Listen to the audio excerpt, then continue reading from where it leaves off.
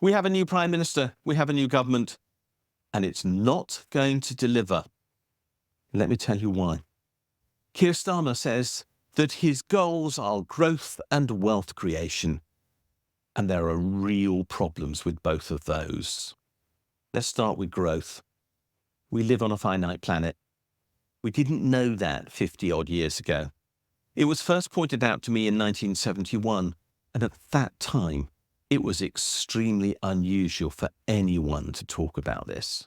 Now we know that we have global heating going on. We know that we have to change the way in which we run our economies, or we will not be able to manage the consequences of global heating with potentially catastrophic consequences. And we know that it has been the pursuit of economic growth that has burned resources and produced vast amounts of carbon that has created this outcome. And yet, Keir Starmer and Rachel Reeves are pinning their hopes on growth. In a world where we know that that is not going to work, I am baffled as to why they want to do that. It is ridiculous to set out to fail, because if that's what they want to deliver, they are going to condemn us to our fate sooner than necessary, where the world might not be sustainable. And I can't forgive them for that in advance. I just hope they will change their mind. The second part of their policy is to deliver wealth creation. This is also quite absurd. There's two reasons for saying so. One is that wealth creation always means that the wealthy get wealthier. It has never done anything else. What we have seen over decades is that when wealth creation of the sort that Starmer and Reeves are dedicated to, which is the accumulation of financial power, if we summarize it rather crudely, always means that there's an increased concentration in wealth amongst those who are already wealthy.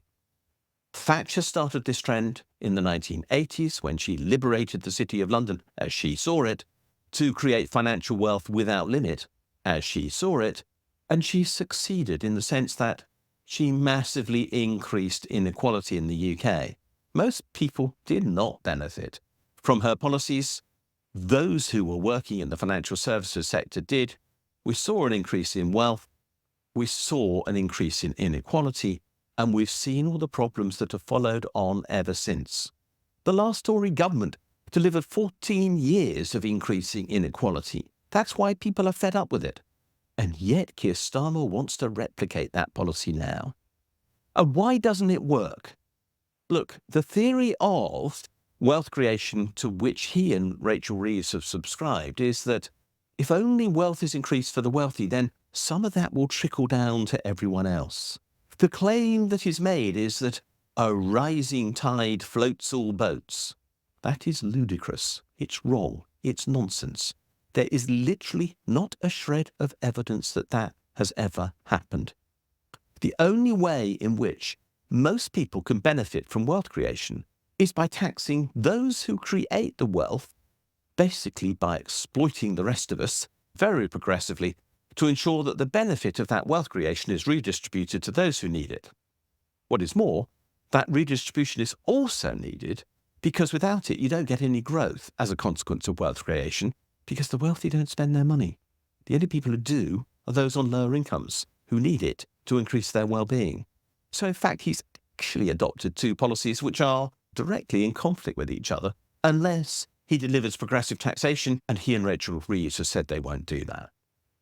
So we have a Labour government setting out to create two foundations for its policy, which are both unacceptable in terms of their implausibility when it comes to growth, and unacceptable with regard to their social consequences when it comes to wealth creation. That's deeply depressing. It's just, well, so flawed as to logic and so utterly inappropriate when it comes to the needs of this country. Yes, I'm depressed by that. There are 5 years for us to find an alternative.